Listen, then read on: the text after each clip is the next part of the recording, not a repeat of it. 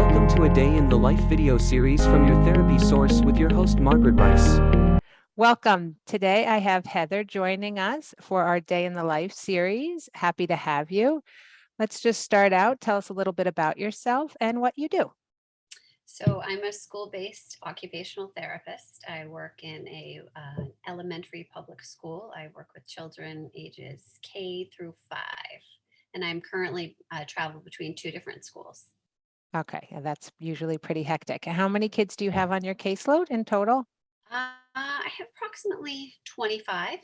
Okay, not too bad, but between two buildings. Yes, And is it a long drive between the two or close by?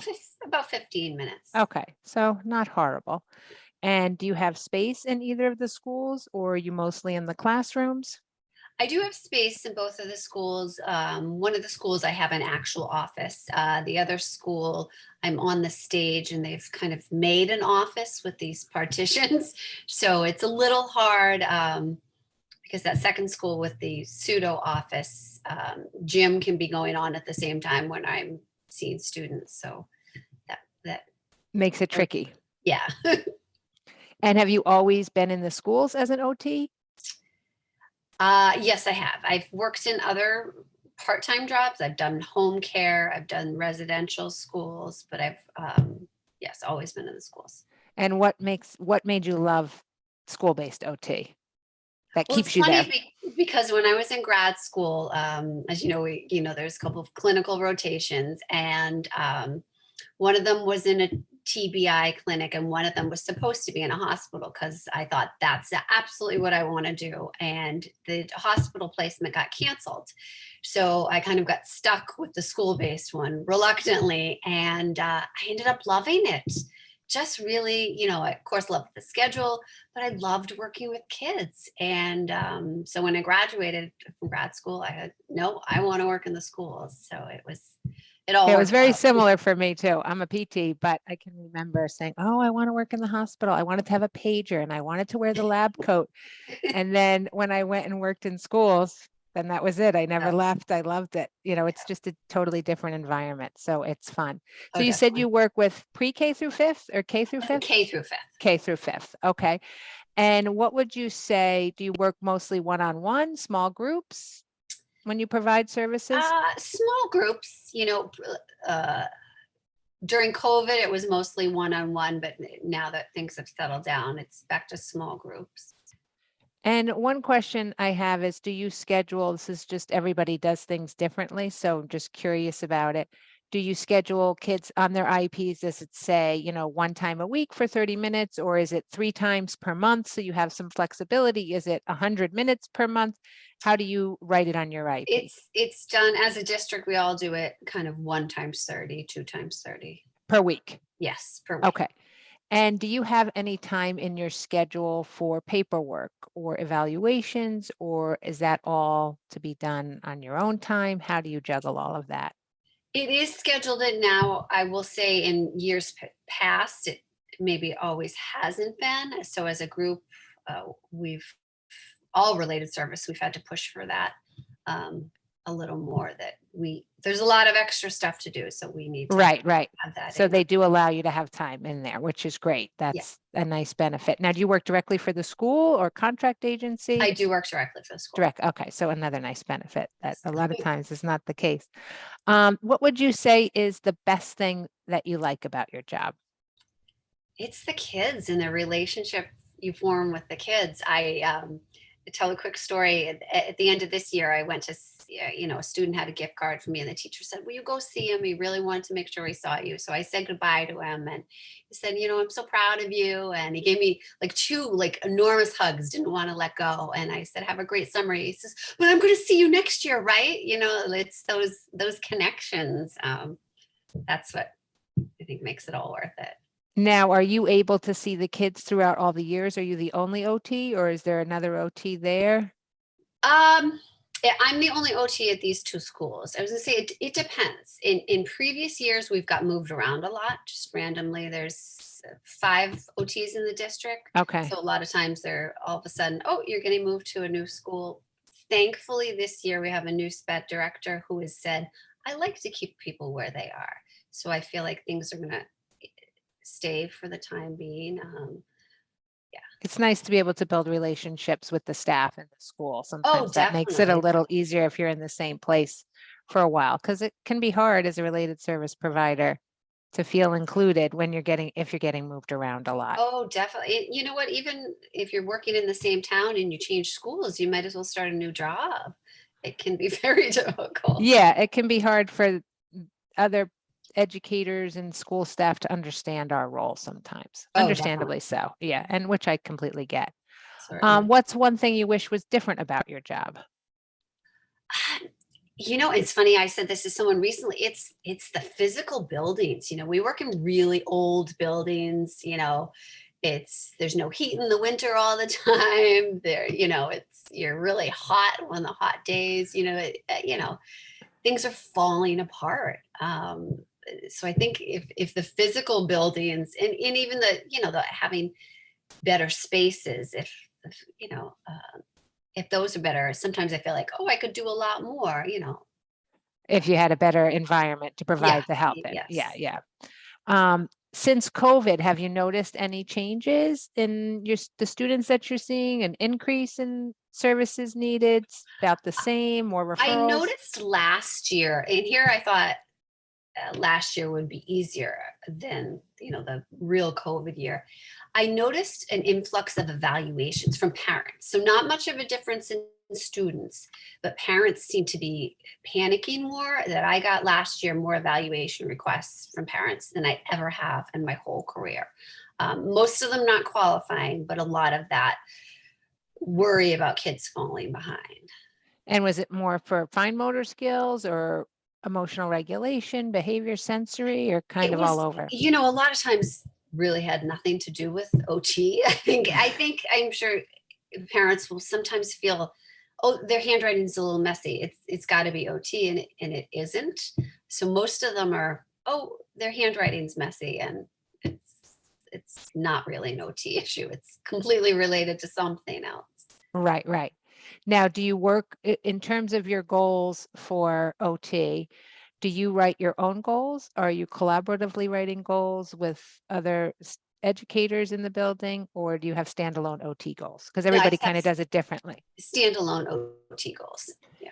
And do you, on the last two interviews, I found it interesting that they do their they do their annual goals on a rotating basis. So, some students might end in November and some might end in June, where here in New York State, most of the time, all of our annual goals end at the end of the school year. Do you do at the end of the school year or No, throughout the year? they're throughout the year. Yeah. They are. Okay. So you're constantly working on IEPs then? Oh, Not yeah, yeah. constantly, but Yeah. it's always changing. Okay. Yes. Yes. And you still report quarterly in terms Yep. of progress. Progress notes. So Yeah. that stays the same. Yep. Yep. And in your district, how do you collect data to determine how the children are making progress? Do you have a formal program or everybody's kind of doing their own thing? Everybody does their own thing. Yeah, we all have different strategies. For me, I've used handwriting without tears has a little screening tool. I use that a lot of times. Yeah, everybody has their own thing they do. Okay. No, not using Google Sheets or IEP Direct, no formal No, program. no. Okay. Yep. Everybody does things differently. This is what's so interesting about it's an interesting because there's so few OTs or PTs throughout the United States compared to teachers, or, we do Yeah. tend to stand alone in a building. It's one or two. So it is interesting how everybody does things a little differently. If you could share with us maybe your favorite success story that you've had with a student, or two, a few success stories that you've had throughout your career without being too Uh, specific about a student, but anything you want to share would be great. oh, definitely. The one that stands out is the student I spoke to about earlier that gave me a big hug. For a couple, he's in second grade now, and I met him when he was in kindergarten. And he is in a behavioral classroom and has ADHD. When I first started working with him, we just butted heads all the time. In the first year of COVID, when we came back to school, I mean, it was awful. I dreaded going to get him. He was very combative. I found myself getting short with him. We just did not get along at all. coming back this year, it started off a little rough and then things changed. He did have a change in his medication, which helped, but now he's my favorite student. Like I think it was, the medication helped, but other things. It's amazing. And he jokes about it sometimes. He's like, oh gosh, I was terrible. You told me to correct a letter and I just went crazy. And he takes such pride in his writing. And we have the best conversations. He is just, I'm amazed at his growth, the activities he can complete independently, but just how we've connected differently that I love seeing him. I get excited, I think, oh, it's going to be a great session. So it's, I think, the most improved I've ever seen. And it's You've seen great a to now. student improve so much, you're saying, Oh over the yeah, course but of time. most of all, like to make that connection with him, the conversations we have. I mean, he's a really smart kid too. We had one conversation about, now keep in mind this is a second grader, saving money and all these different things, and he's just a wonderful little boy to spend time with. So it's nice that I think we both kind of changed our point of view in the way we were acting. Right. And that helps you when you work with other kids too, because it can be hard sometimes. Sometimes you just don't mesh with the student. Oh, But definitely. having experiences like that, where, you can try different ways to connect. And it sounds like, you guys were able to form a relationship that's been successful for the both of you, Yeah. which is always nice. Oh yeah, definitely. When you're working with your students, do you predominantly work on handwriting, sensory, fine motor skills, activities of daily living, or is it I would kind say of it's all over the place? primarily fine motor and visual motor. Okay. And you have mostly younger kids, or you said K through 5, are they kind of closer to the K1 or it spreads across the whole? Closer to the K1, I find it's very cyclical.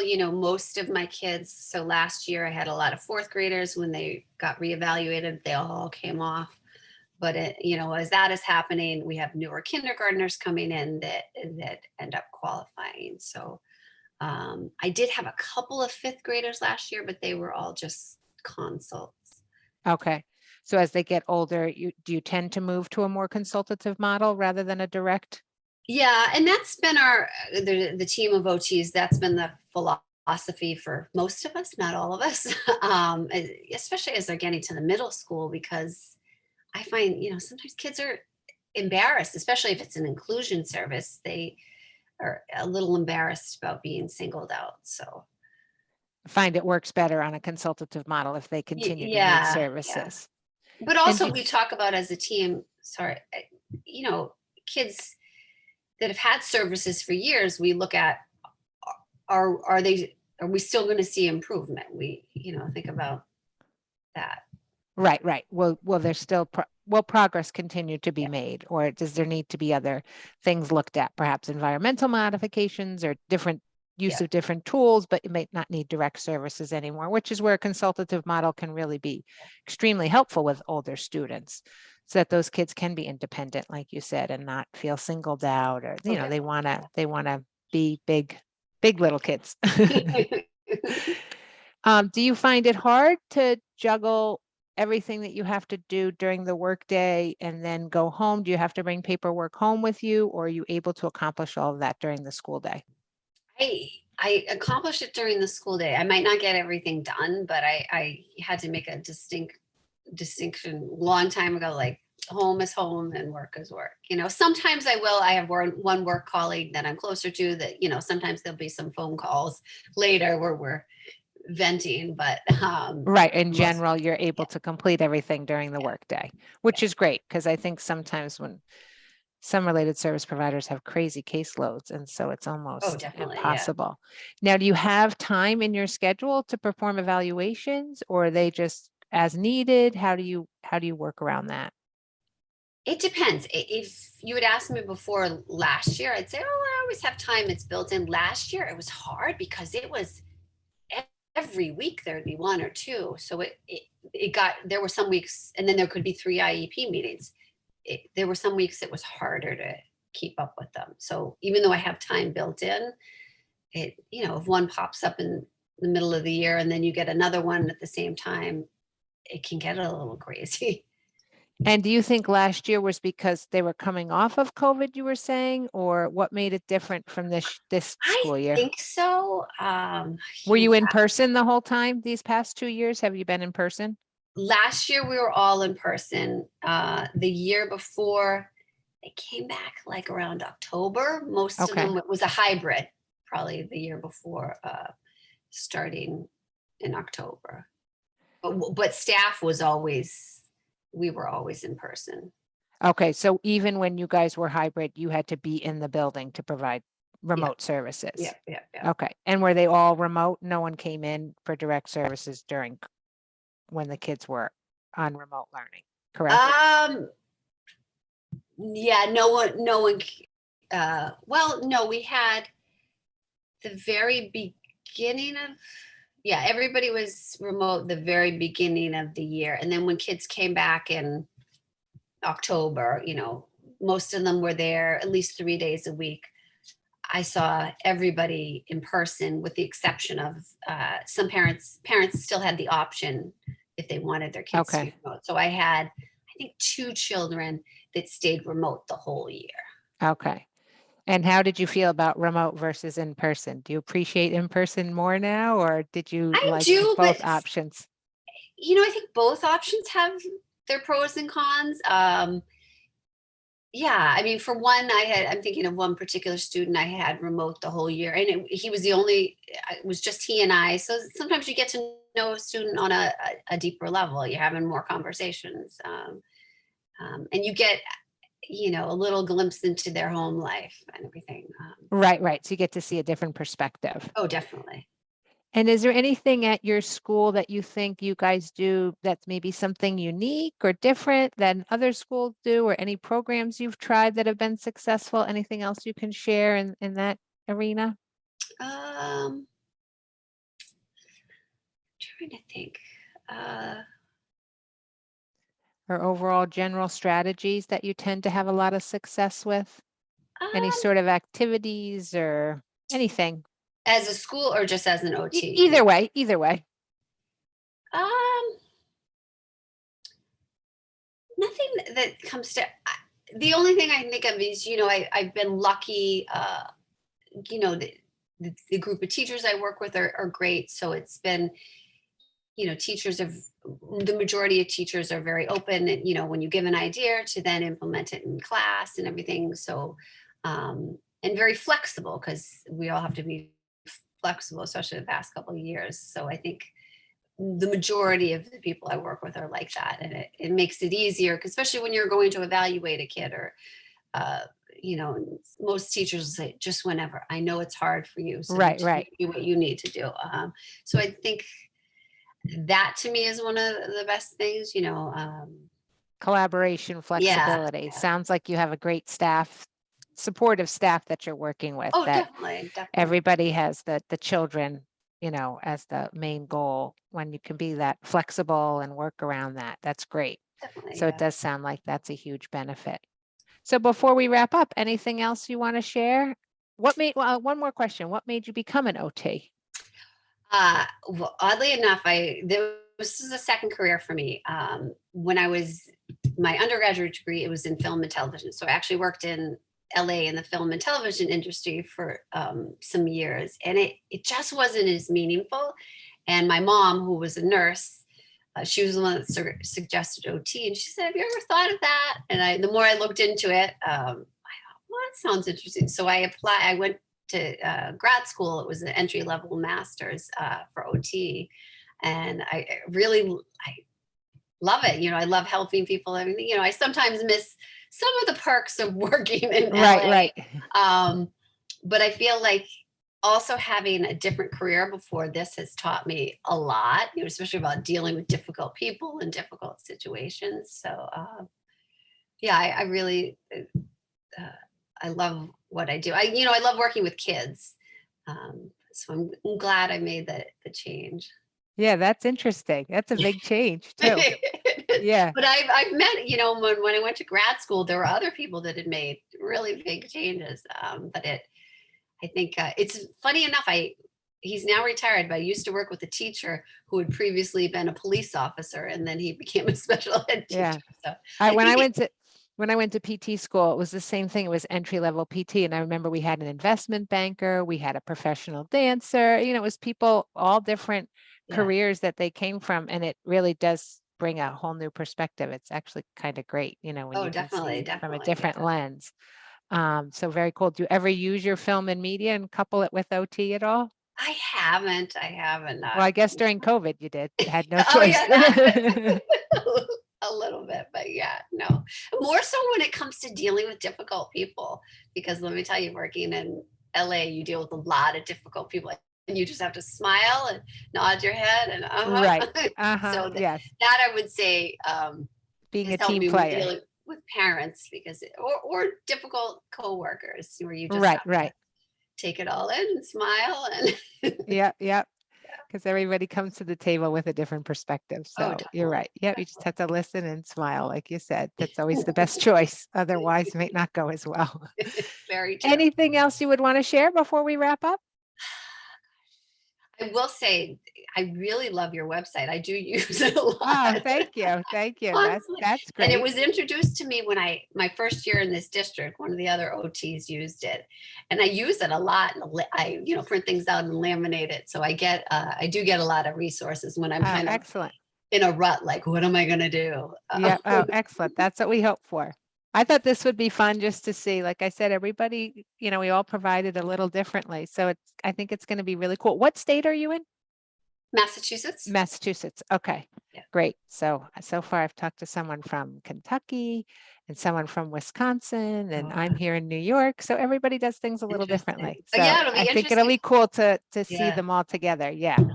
So, all right. Sounds great. Thank you very much for participating, and hope you have a great rest of the day. You too. Take care. All right. Bye-bye, Bye-bye. Heather.